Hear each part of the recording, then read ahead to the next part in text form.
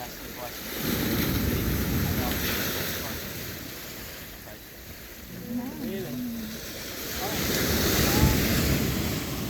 I'm going to bring it a little closer. I'll let you know how it can hear me. Alright, so I wrote some stuff for Dad. So we had a service for Mom after she passed. And I think it was too much emotionally when Dad passed away. And so we knew you guys were all going to be here, so we kind of put off the service to do this today. So I wrote some stuff about Dad. So I'm not going to talk about Mom here for a minute. You guys will be like, what's going on? So we already talked about Mom, okay? All right. So, like, oh man, I need to bring tissues. All right. So. So, I'm sure this is for my siblings as well, but my feelings for Dad are somewhat complex. There's so many emotions that wind into that relationship. So, as a child, as one does,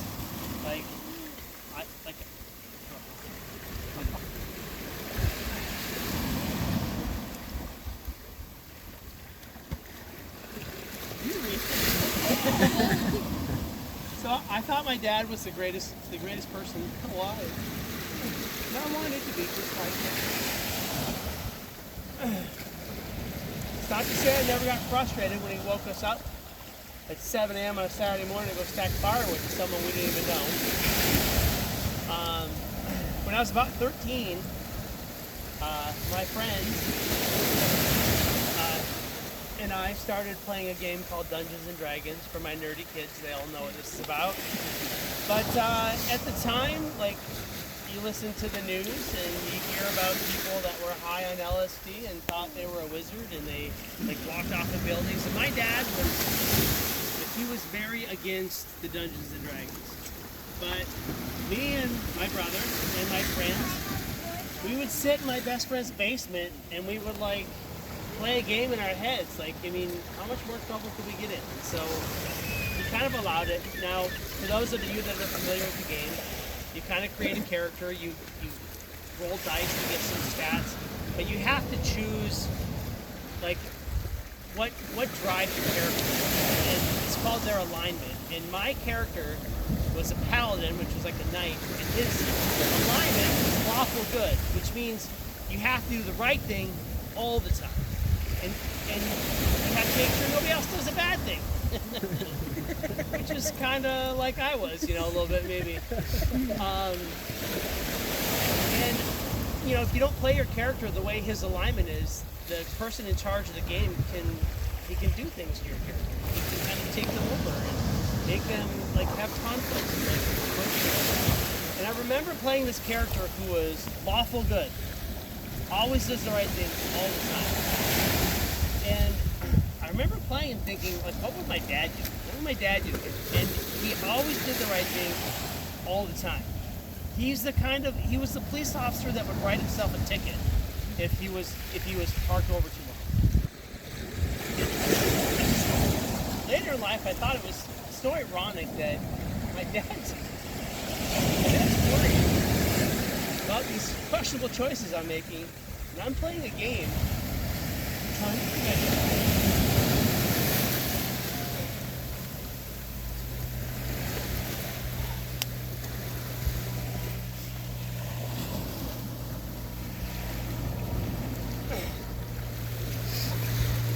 Dad,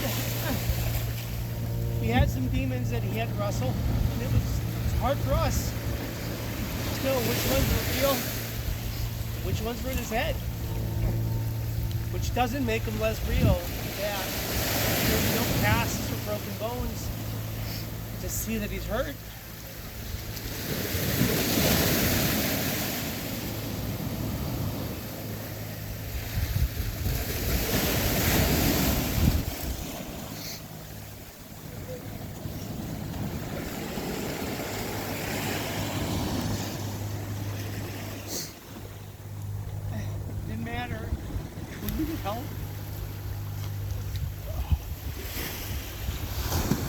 me are ugly criers. I'm sorry. That's why we don't cry in public. Didn't matter who needed help. He carried shingles up ladders to people after he was out on disability. Created a lot of conflict with the city.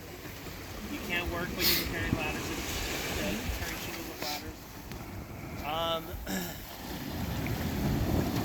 He would drive hours to help people who needed help moving or had car troubles or whatever. He was the most generous person I've ever met. He gave away stuff that like his family needed. He once gave away our car. Mom was not happy about that. In fact, it created a lot of tension with his parents often helped him because they saw he needed help, and then he turned around and he gave it all away. And that was Dad. Actions have consequences. And when I look back at the choices my dad made and the consequences he left behind, I see it in the lives of my siblings and their kids. I see it in my kids. I see it in the lives of the people that he's touched. My dad was generous with his time and with his stuff. See that in Colby? Probably the second best person I know.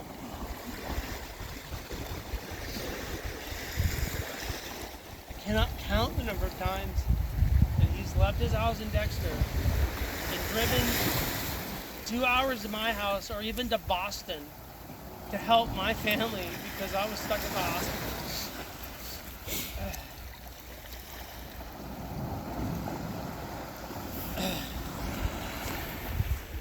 Dad was always spinning some tale. He always had some joke. You couldn't believe anything he told you because, like, sometimes he played the long game. And sometimes he's gonna pull your leg and he just hasn't gotten to the end of it. And he was never serious. I see that in my sister, who can't keep a straight face ever. Weddings, funerals, even her own mom's funeral, standing at her casket. She's busting up laughing. I see Jonna, generous with her time and her talents. She's knit more blankets for more people, hats, mittens. I see the impact that Mom and Dad have had. It lives on. So it's hard to be temporarily separated from them, but I know that they're not gone. That their impact on this world lives on and will live on through the lives that you guys all live.